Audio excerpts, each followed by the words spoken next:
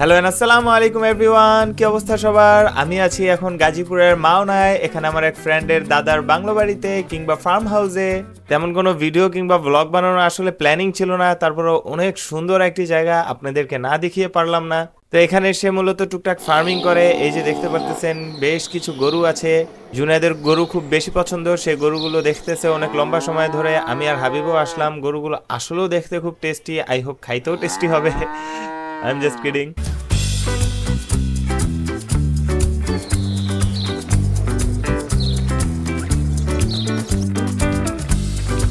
তো এই হচ্ছে বাড়িটি, বাড়ির পিছনে সে টুকটাক মুরগিও পালে।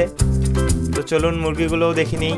এই যে বিশাল বিশাল সাইজের মুরগি, আমি এগুলোকে ছেড়ে দিব, কারণ আমার পশু পাখি বেঁধে রাখতে বা আটকে রাখতে ভালো লাগে না। তো এগুলো দেশি মুরগির মতো দেখা গেল, এগুলোকে আই গেস টাইগার ব্রিড বলে। বিশাল বিশাল সাইজের মুরগি এগুলো, আর এগুলোকে খাবার দেওয়া হয়েছে তাই আমি ছেড়ে দিয়েছি। তো এই হচ্ছে মাহমুদ, সে এখানে টুকটাক চাষাবাদ করে অ্যাজ এ এক্সপেরিমেন্ট। তো ওই পাশে পুকুর আছে, আমরা দেখতে যাব একটু পরে। তো আগে দেখি তার জমিতে কি কি আছে। এই বিশাল জমিতে সে অনেক কিছু লাগিয়েছে। তো আমি প্রায় সবকিছুই ভুলে গিয়েছি, সে কি কি বলছিল, কোনটার নাম কি তাও ভুলে গেছি। তো এই পাশে আছে স্ট্রবেরি, এগুলোকে একটু দেখি। এখানে মাত্র চারা লাগানো হয়েছে। এই টপটাকে সে ঝুলিয়ে দিবে যখন গাছটা একটু বড় হবে, যেন ঝুলে মাটিতে না লাগে, এতে করে স্ট্রবেরিটা খুব ভালো থাকবে।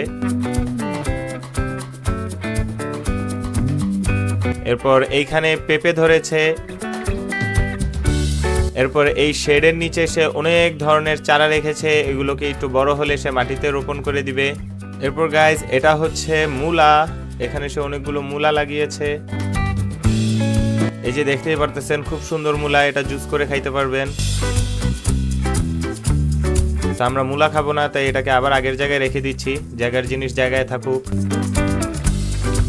এরপর এখানে আরো অনেক কিছু আছে, এগুলো সবগুলোর নাম আমি ভুলে গেছি। এরপরে আমরা এখন গাজর খাবো। তো এই যে মাহমুদ গাজর তুলতেছে, ওয়াও খুব সুন্দর, মাটি মুটি লেগে আছে, এগুলোকে ধুয়ে পরে আমরা পরিষ্কার করে খাবো। তো এই যে হাবিব বডি বিল্ডার, সে একটু পর পর গাজর তুলতেছে আর খাচ্ছে ফর গ্রোয়িং মোর মাসেল। আর এই যে নেটের ওই পারে, এটা হচ্ছে পুরাটা তরমুজের বাগান।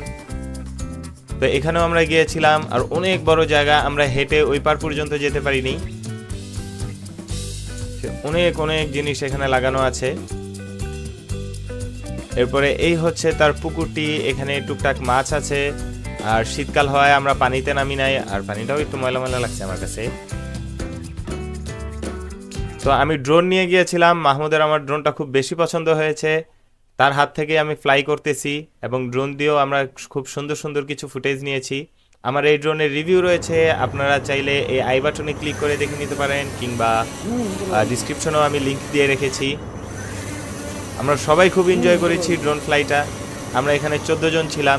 তো এই ড্রোনটাকে আমি দ্বিতীয়বারের মতো উড়াচ্ছি, অনেক দূরে নিয়ে গিয়েছিলাম, এমনকি আমি রিমোট দেখে দেখে উড়াইতে গিয়ে ড্রোনটাকে হারিয়েও ফেলেছিলাম একবার, যে মানে ড্রোনটা কোথায় আছে সেটা ভুলে গিয়েছিলাম।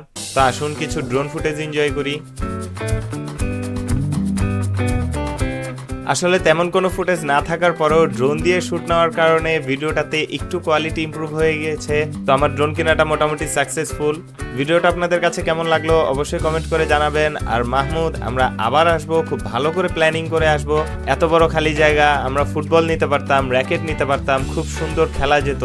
তো এগুলোকে খুব মিস করলাম। সো গাইস, ভিডিওটা ভালো লাগলে hit the thumbs up button, আর চ্যানেলে নতুন হলে নেভার ফরগেট টু সাবস্ক্রাইব।